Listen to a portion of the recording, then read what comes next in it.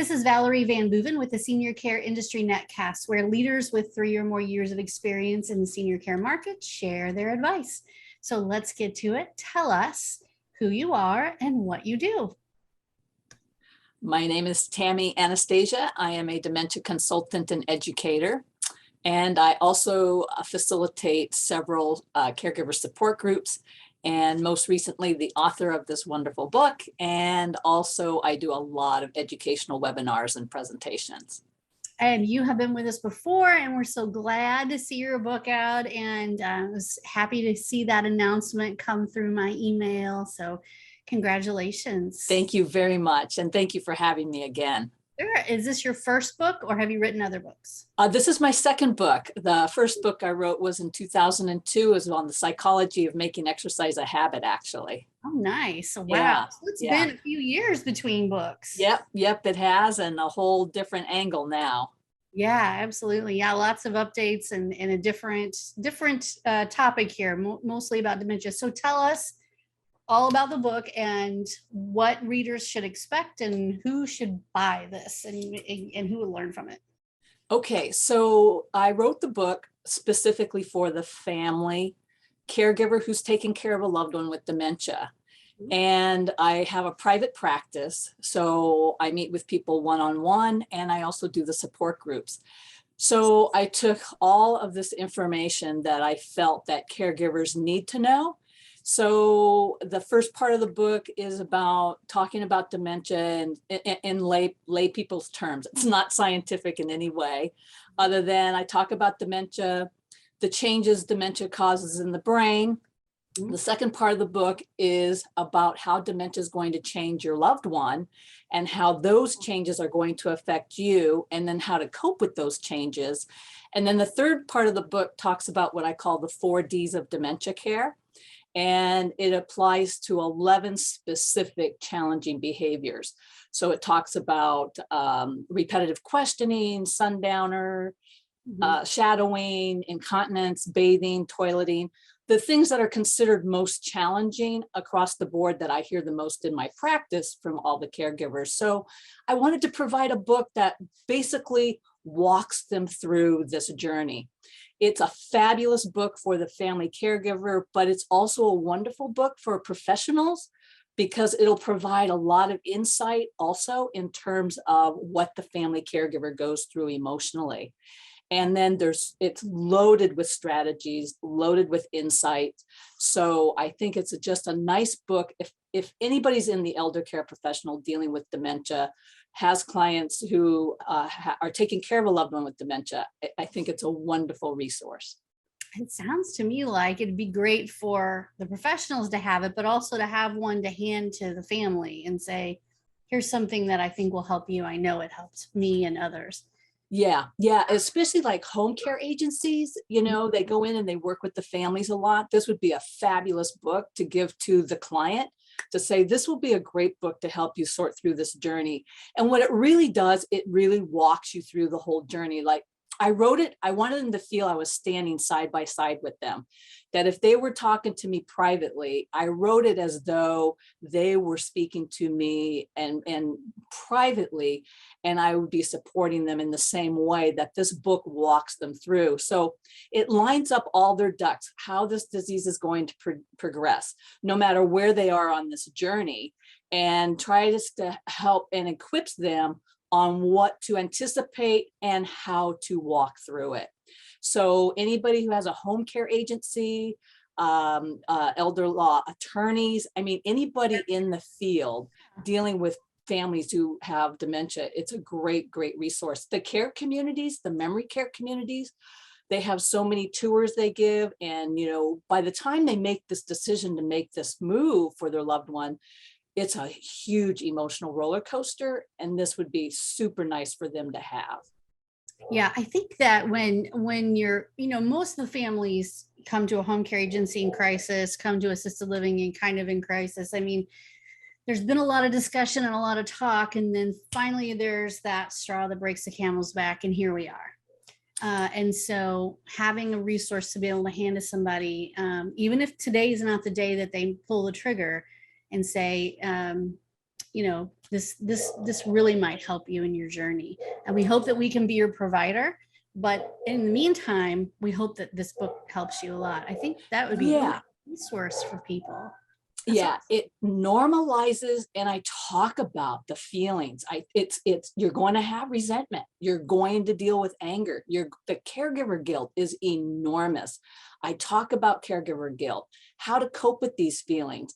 And a lot of caregivers feel really guilty about the decisions they have to make. They feel guilty for having these feelings. I want this to be over. I don't want to be in this position anymore.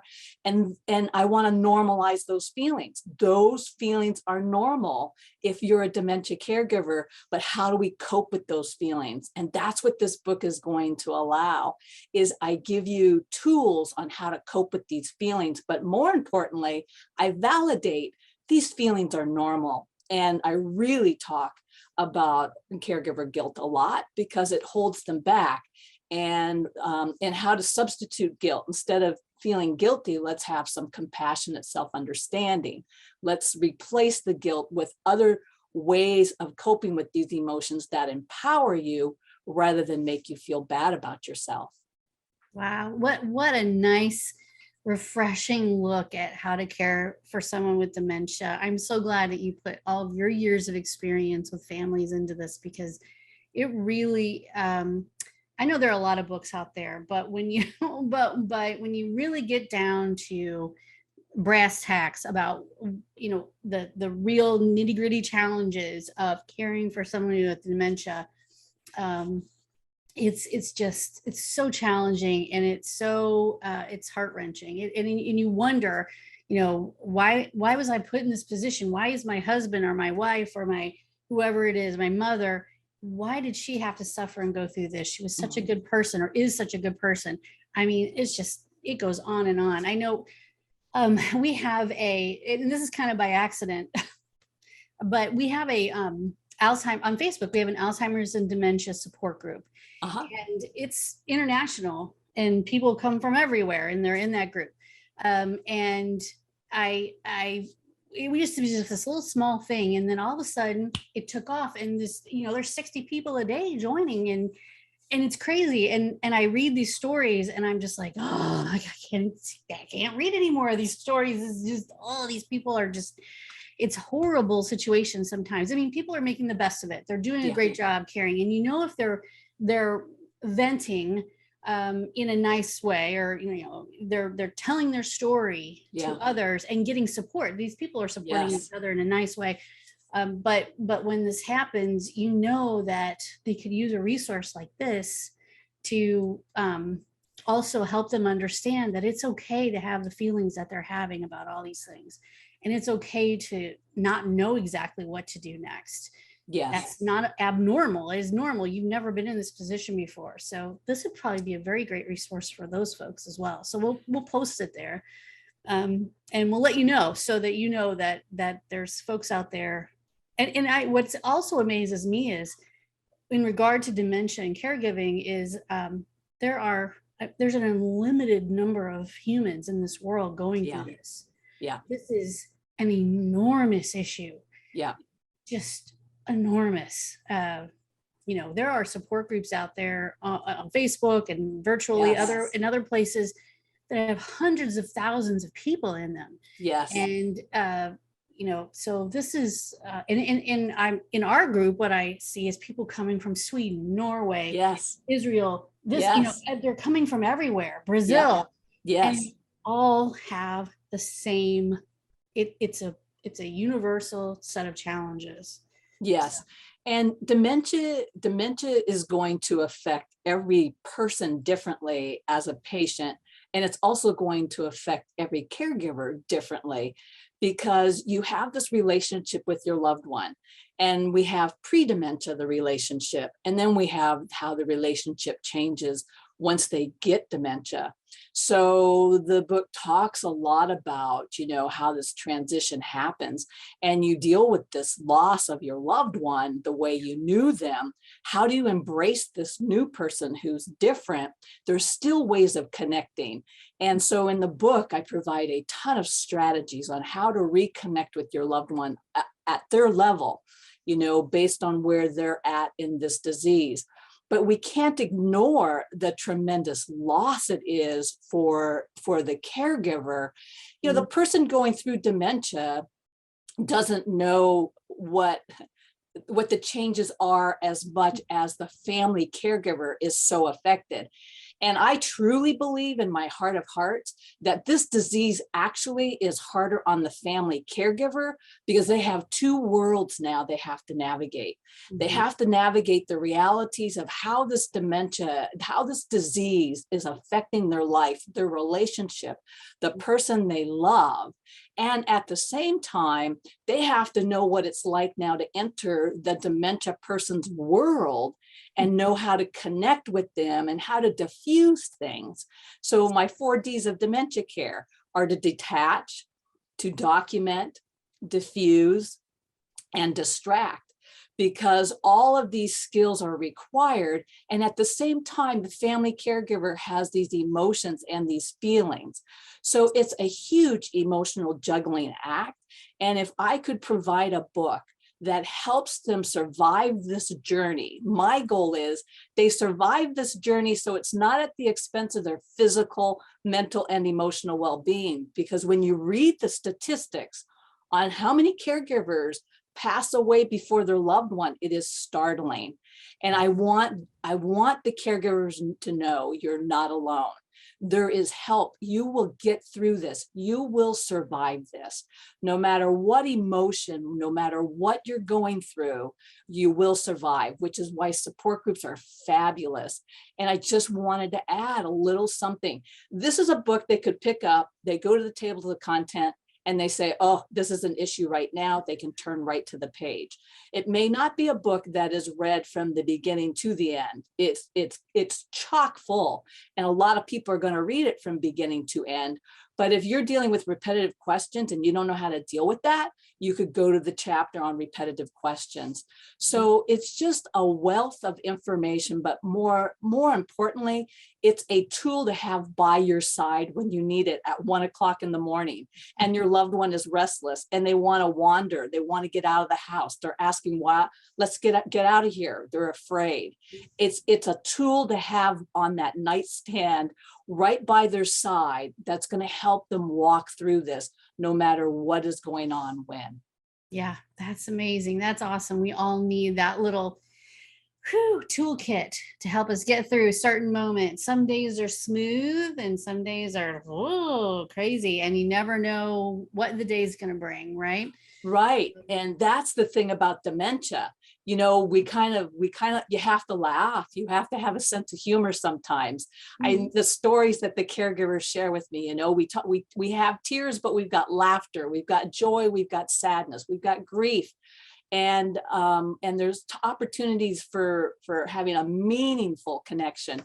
But this is the problem with dementia. I always tell my clients, it may work one moment and you think, okay, I've got it down, this is going to work. And boy, on a dime, it doesn't work. So it's constantly trial and error, trial and error. And the other thing I really point out in the book is also that you need to know that as dementia changes, it's also going to cause different reactions in you. But you also need to know that these are opportunities, like things that don't work are not failures. Mistakes are opportunity to learn from. Yeah. Sometimes to figure out what's going to work is by looking at why it didn't work. So I talk a lot about that too, is that don't beat yourself up. That's another reason why I wrote this book, because the family caregivers are beautiful and amazing people. They have no idea how wonderful they are. And then they get consumed with, I said something that made my husband angry, or I did this, or I did that. You're amazing people. They need to know they're amazing people. And this book is to remind them you're doing a beautiful job taking care of your loved one.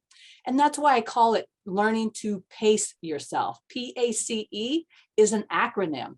So the P stands for give yourself permission for trial and error. The A stands for how to accept your loved ones, acknowledge your loved one's new reality, and how do you deal with their changes? How do you cope with them? And then the C stands for compassionate care. Provide compassionate care for your loved one, but also be compassionate with yourself. And then E stands for empower yourself, educate yourself. And I go through ways how to do that. And that's where we line up the ducks. That's where what's coming down the pipe. You can't do this alone. Caregivers cannot do this alone. Dementia won't allow you to do this alone because of how the disease progresses. So I talk about, how to hire a care agency, or when you decide to move your loved one, how to transition, how to do it, and set up an emergency plan. I mean, it's just so chock full of, you get the diagnosis, and people often say to me, and then we're left. The doctors don't hold their hands through this journey. No. Someone's got to hold their hand through this journey. And I wanted to be that person. Oh, that is so great. I love this. So I will make sure that this is the book. Is it on Amazon? Let me ask you that. Yes, that is where you order the book. Yes, right. or from me, correct. Or my website, even my website. Okay, we'll put your website up there so people know how to get it, and we'll make sure that the picture of the book and everything's with this interview so that folks know how they can get a hold of this. I was going to also ask you, I've asked other authors this, are you planning on, or have you recorded audio to have audio version of the book? Or have you thought about that? So that's something that's in the works right now. It just came out January 4th. Yeah. So we've got a few more things to do ahead, and audiobook, hopefully eventually. It is on Kindle. So again, if you order from Amazon, you could get it in a paperback, or you can order it as a Kindle book. Nice. Yes. Very nice. I know people love to listen while they drive, and they or listen when they're doing the dishes, or whatever. So those are nice things too. But I think, like you said, having the physical book by your nightstand and turning to that page that talks about what to do at 1 a.m. is also super valuable. So Yeah. So that is awesome. So yeah, I hope there's an audio version too. I think people learn in so many different ways. Correct. Absorb in different ways. So all those options, and it's so nice that we have this available to us now, whether it's on our Kindle, our computer, or in our, a hard copy book. That's awesome. Well, thank you for writing this and for doing this. It's been a great journey knowing you and reading all of your cool emails. And I would say that if anybody goes to your website, they should sign up for your newsletter, because you do email quite regularly, which is awesome. Yes. And you're always informative and educational. Yes. So yeah, that is the goal. Yeah, my mission is to provide as much information to help people get through this journey. I always want my blogs or my posts or anything I do to be informative. And if you can make a difference when one person can read one thing, I feel I've accomplished what I was meant to accomplish. Yeah. And, I don't have all the answers, but I certainly want to do the best I can to provide you with as much information that can help you through this journey. Again, because it is so unbelievably taxing. And there's so many challenges, so many demands and responsibilities. And I have to say, a lot of caregivers will share with me how lonely it feels, how isolated they feel, because a lot of people don't know how to deal with somebody with dementia, even their own family members. So I just want people to know you're not alone, that we will help you get through this. And no matter where you're at, no matter what emotion, no matter what you're going through, you'll survive. And it will be an up and down road, and know that that's normal. But what can we do to make this journey easier on you? How can we equip you so that you have more self-confidence? A lot of caregivers will share with me how uncertain they feel about certain decisions they have to make. And I want to build up that self-confidence. I want you to know you're doing a fabulous job. And because you may not get support from other family members, or other family members don't agree with how you're doing things, but you're the primary caregiver, I need to know you are doing a good job. You're doing a great job, and they need to know that. And when you have a support group, what's lovely about a support group, as you know, Valerie, is the support that everybody else shares. You know, I'm a professional. My grandmother did have dementia. And back in that time, they thought it was senility. Remember the old days, they thought it was the iron from the pots, right? That Oh, they cooked in, and they called it senility. Now I'm a dementia expert specialist, and I'm like, oh my God, this is what my grandmother had. But they didn't know then it was Alzheimer's or dementia. Right. So again, it's lovely to see the support. I feel the more support, the better. And there's not enough support out there. And people need to be more educated about dementia so that family and friends can be of support to the person who's going through this journey. And the person with dementia, there's more understanding about what they're going through as well, right? Yes. This affects everybody. As you know, in dementia, you know, it's considered either the long goodbye, and or dementia affects every single member in the family. It's just not the patient. So how can we provide as much support to these families and again, the primary caregiver who has their plate full? Yep, absolutely. Well, congratulations again. Thank you. This is amazing. And I know it's going to help so many people. So thank you. And thank you for coming on and telling us about it. I'm so excited. We will make sure everybody has the opportunity to get a hold of this and make their caregiving lives a little bit easier. So thank you. Yeah. And again, thank you so much for having me. And to everybody out there, I always say when I end a webinar, I always say, thank you for the love. Thank you for the care. Thank you for the support on behalf of myself and your loved one that you provide every single day, day in and day out. And please be sure to take a time out and do something kind, gentle, and nurturing for yourself at least once a day. This is a horrendous journey, and you count just as much as the person you're taking care of.